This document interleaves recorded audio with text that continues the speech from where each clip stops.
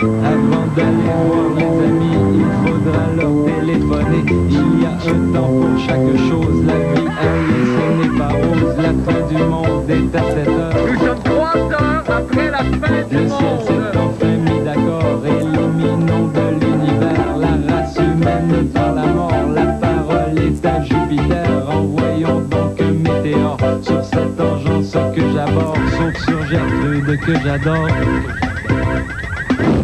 Jeudi 4 novembre 1999, 250 grammes de déchets de plutonium radioactif arrivent au Canada. Si ça avait été 250 livres, j'aurais juré qu'il s'agissait du retour de Serge Lama. Et dévoilement des noms des gagnants du concours, un week-end de rêve avec Paul Oud. Un indice, si vous vous appelez Jocelyne Saint-Cyr et que vous habitez La Prairie, vous n'êtes pas la gagnante. Bonne fin du monde, mesdames et messieurs! Tout d'abord, des nouvelles de moi. Ah, que vous demandez ce que je vais faire là? Hein? Vous sont toutes là à se dire, on est jeudi, là. Qu'est-ce qui nous a encore préparé le petit Labrec avec sa banane dans l'oreille? Espèce de petit folichon magique, là. Ah ouais, crache-nous ta magie, bonhomme farfadet du verbe. Fais-nous sentir humains. Agent de voyage de l'imaginaire, prépare-nous un forfait au pays de la podilogie. Ah, mon cowboy de l'insolite va... Eh bien, vous n'avez jamais eu autant raison, puisque ce jour marque le retour de mon fameux concept incendiaire. Passez donc au salon. Vous connaissez le principe, sûrement, je l'ai déjà fait. Je dis une nouvelle sur ma chaise, là, et je bitch dans un Chesterfield là-bas. Alors, allons-y. Le Canada a peine à rencontrer ses objectifs d'immigration. Bon, ce n'est pas que les immigrants ne veulent pas venir ici, a indiqué la ministre fédérale de l'immigration, Elinor Kaplan. C'est plutôt que nous ne sommes pas capables de traiter leurs demandes suffisamment rapidement. Passez donc au salon.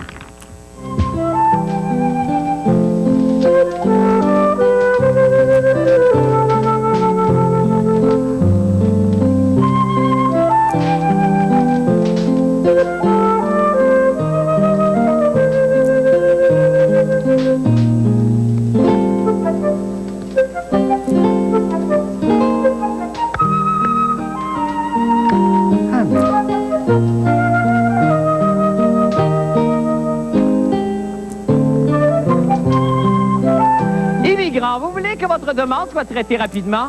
Ah, faites-vous passer pour un joueur de hockey suédois poche. Non seulement vous n'avez pas besoin de parler ni français ni anglais, mais là, le Canadien va vous licher le cul pour vous faire rentrer. Et dans 6 mois, si par hasard, vous scorez un but, vous allez pouvoir tripler votre salaire puis sacrer votre camp aux États-Unis. Retournons au bureau.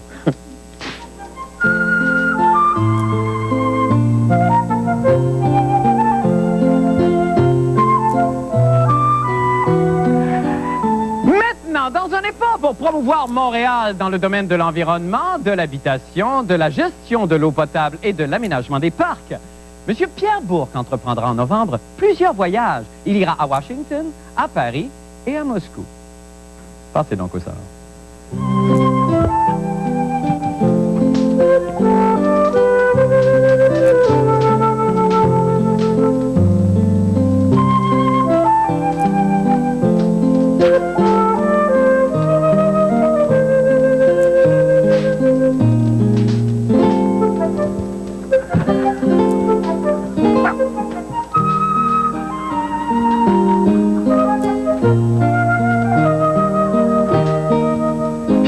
Moscou. Non, mais Chris qui est lettre. Retournons au bureau.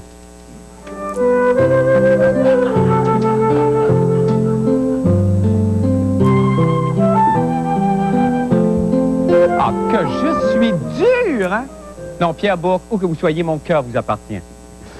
Maintenant, la ministre de la Santé, Mme Pauline Marois, déclare au sujet de l'assurance médicaments, pardon, le trou est plus profond que prévu.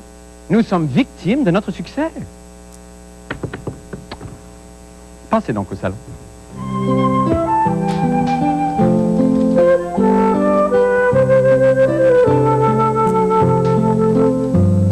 Dieu qui fait noir dans mon salon ce soir. Bah tiens, je vais allumer ma lumière. Ah ah! Dieu, quelle émotion! Ah! Pauline Marois, give me a fucking break. On est tellement bon, ça va tellement bien dans le milieu de la santé, on n'est plus capable de répondre à la demande. Le monde sera malade pour nous faire plaisir. En tout cas, moi, la dernière fois que j'ai entendu une femme dire que son trou était plus profond à cause de son succès, elle travaillait pas dans un bureau à 800 000 $. Elle faisait ça dans le derrière d'un char vierge. Hey, merci beaucoup tout le monde d'être venu. Richard Goyer, Marie-Hélène, Dominique Chaloux, Anne, Isabelle Garneau, cachée Marc Brunet. Merci. Le buffet est là-bas. Retournons au bureau.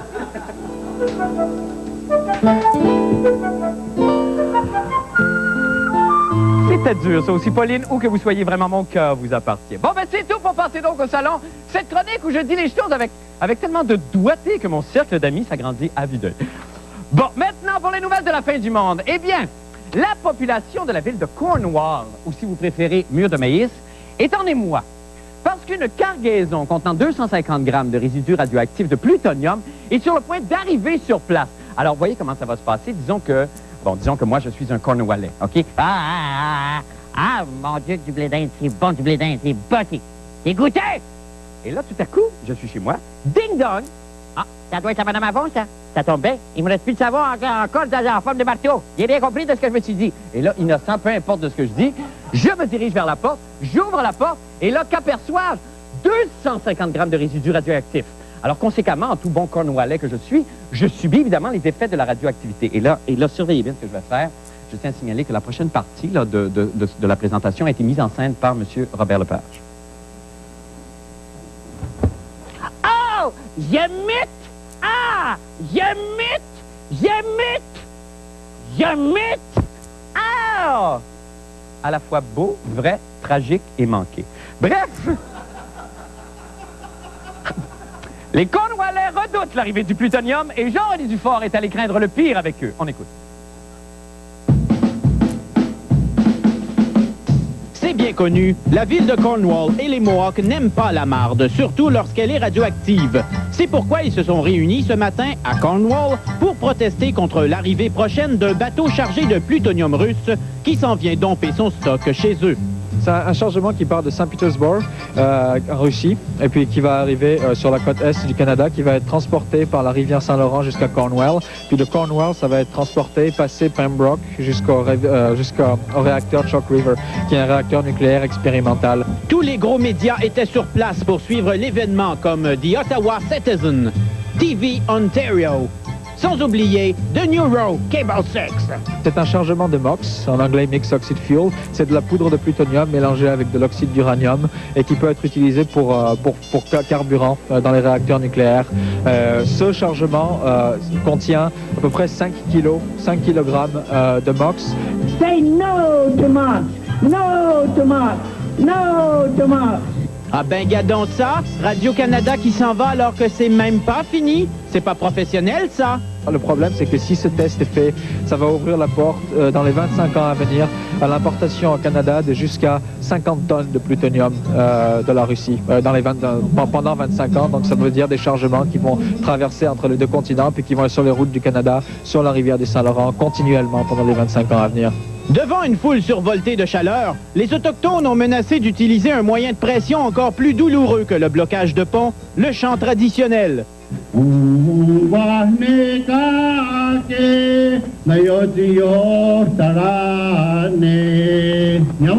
Nous, à Montréal, on va le voir passer. Est-ce qu'on va dire, ah, c'est le bateau qui contient du plutonium ou il va se promener en secret comme ça? Ils sont obligés quand même, le gouvernement, d'avoir une escorte de police, une escorte de sécurité pour le bateau. Donc ça va être, pour nous, ça va être très facile. Peut-être pour quelqu'un qui se promène sur Saint-Laurent, ils vont pas savoir exactement ce que c'est parce qu'il va peut-être avoir un gros signe qui dit MOX dessus. Mais pour nous, ça va être facile de savoir quand ça arrive.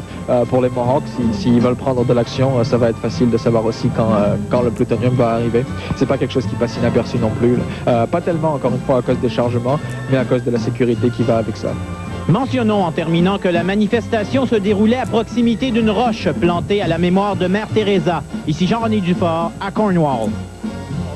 On est de retour en studio avec Jean-René Dufort. Jean-René, bonsoir. Salut, Marc. Bon, Jean-René, d'abord, comment ça se fait que le gouvernement fédéral laisse faire ça? Comment ça se fait on a de la misère apparemment à s'occuper de nos propres déchets radioactifs, puis là, on devient la poubelle mondiale? Ben c'est ça, c'est un peu bizarre parce que ça a été approuvé sans aucune consultation publique, C'est ça. Aucun débat parlementaire. Le Bloc québécois n'a pas eu l'occasion de gueuler contre ça. Bon.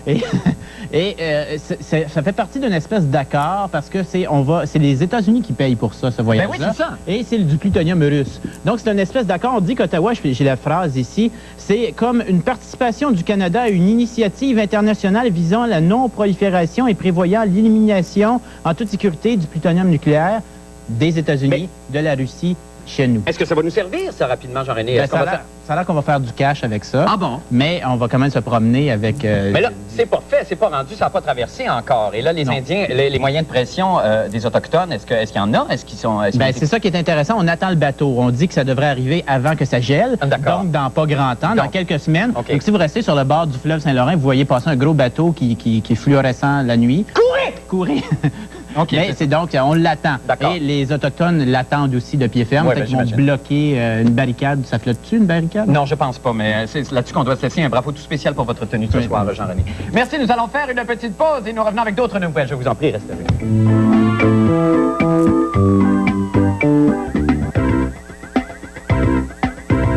Eh bien, le 12 février dernier, Mme Gisèle Faubert de Mercier remportait un gros lot de 20 millions à la Super 7. Depuis ce temps-là, évidemment, Isabelle Maréchal a pas arrêté 2 minutes de la tétée. Oh! Gisèle, oh! J'ai pas de change pour m'acheter de la gomme. Tu me passerais pas 200 000, oh! J'ai affreusement le goût de mâcher. Oh, Gisèle, oh! Mais t'es tombé en belle, toi. Ma carte Gould est démagnétisée à chaque mois d'une maison. Après 9 mois d'achalage non-stop, Mme Faubert a finalement accepté de la rencontrer. Qu'est-ce qui s'est passé lors de ce face-à-face?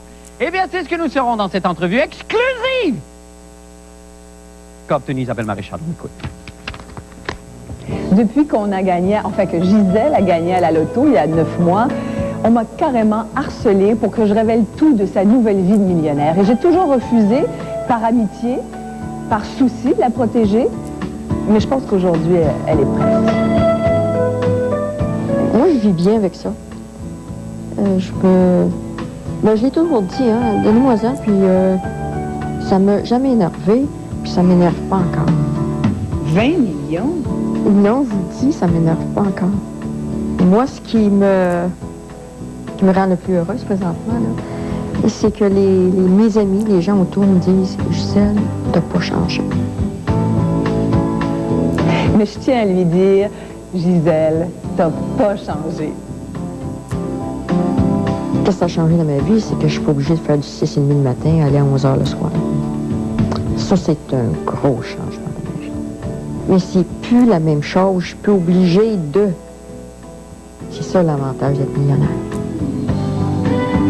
S'il y a de la jalousie, les gens prennent carrément pas qu'elle dépense pas. Ils la traitent de grippe-sous, ils disent qu'elle est gratte-scène. C'est tellement pas la connaître. Le monde rêve que j'aille une grosse maison. Pourquoi que c'est pas acheter une grosse maison? C'est leur rêve. Pourquoi je suis pas partie en voyage 1 an? C'est leur rêve. Pourquoi j'ai pas de Mercedes? C'est leur rêve. Mais moi, c'est pas ça mon rêve, là. Bon, je me suis acheté une maison, un peu plus, pas un château, mais quelque chose où je suis bien là-dedans. Et les meubles. J'ai acheté des meubles neufs. Mon auto, j'ai encore la même.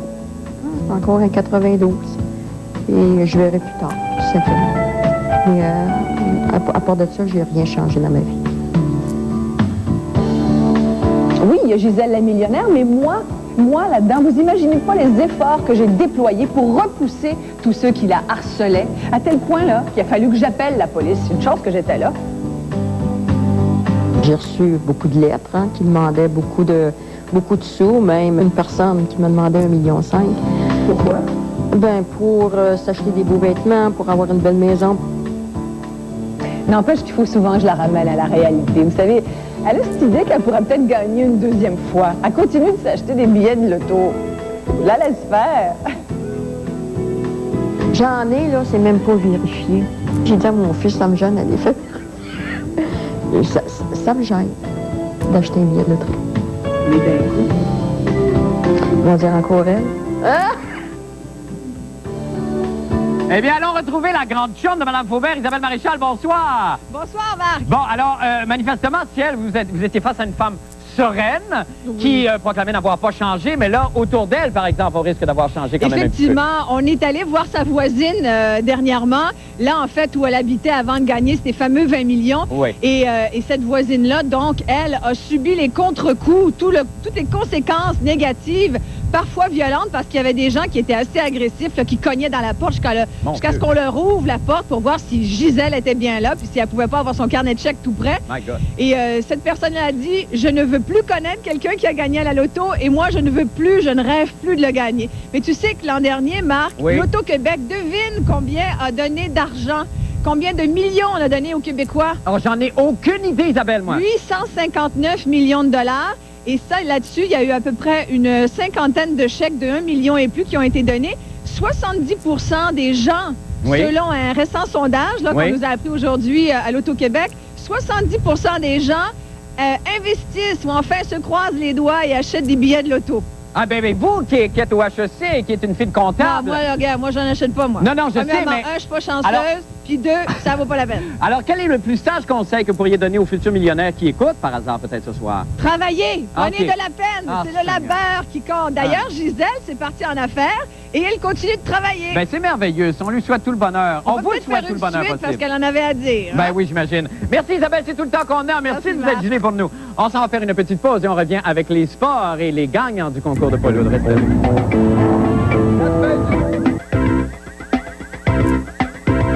Eh bien, grande soirée ce soir pour Paul Hood. Paul, bonsoir d'abord. Bonsoir, Marc. Alors, c'est fête, effectivement, Paul. Et comment? Puisque nous allons proclamer à l'instant même les deux gagnants du concours Week-end de rêve à Ottawa.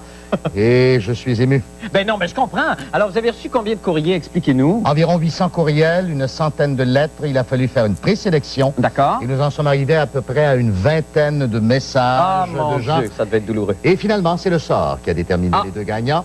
Le premier gagnant, je vous le présente, c'est un jeune Mexicain qui est installé au Québec, très bien intégré d'ailleurs depuis 2 ans. Il a 25 ans, il s'appelle David Ramirez. Mais pour traduire l'émotion, parce que j'ai comme une boule là, ce soir, nous avons invité une grande comédienne, grande comédienne de chez nous qui va nous livrer justement le texte de David Ramirez, le premier gagnant, Madame Élise Guilbeault. Place au théâtre. Bravo, place au théâtre. Bonjour, Monsieur Hood. Je m'appelle David Ramirez et je suis mexicain. Ça fait presque 2 ans que je suis au Québec et je ne connaissais pas le hockey avant. Je n'ai jamais vu une partie en direct et j'aimerais beaucoup aller voir perdre les Canadiens à Ottawa. Merci.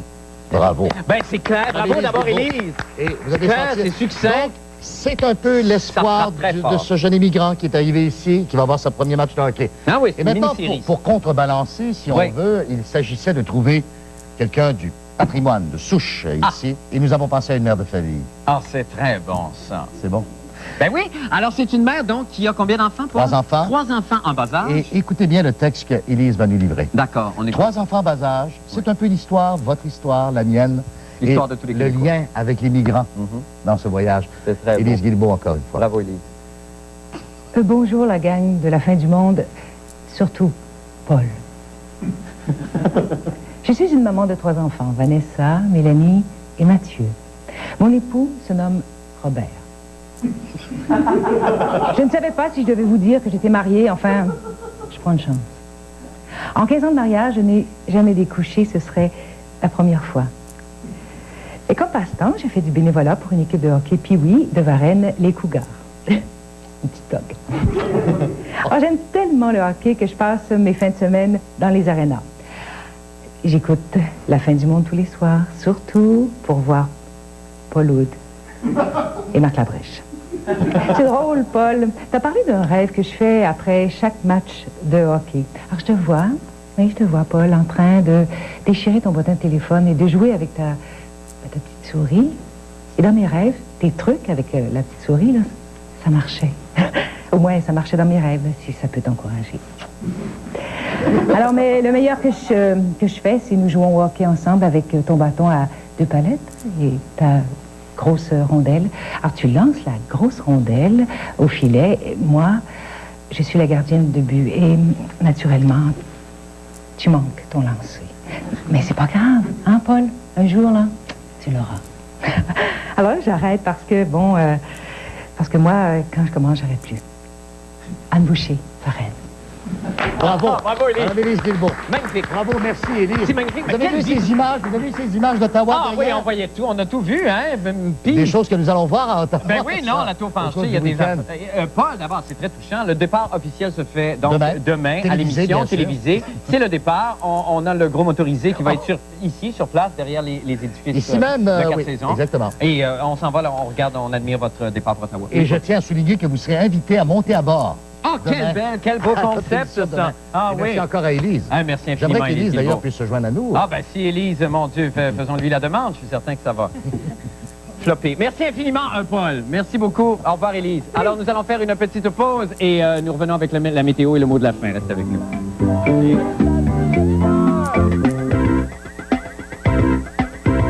Eh bien, c'est le moment de jeter un coup d'œil maintenant. Tant qu'il fera avec notre météorologue amateur du jour, eh bien, c'est toujours Soko, le berger allemand savant. Soko, bonsoir. Oh!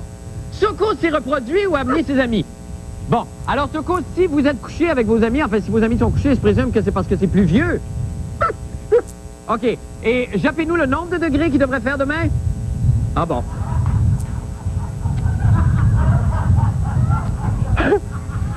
Eh bien, je sais de source sûre qu'il va faire 8 demain.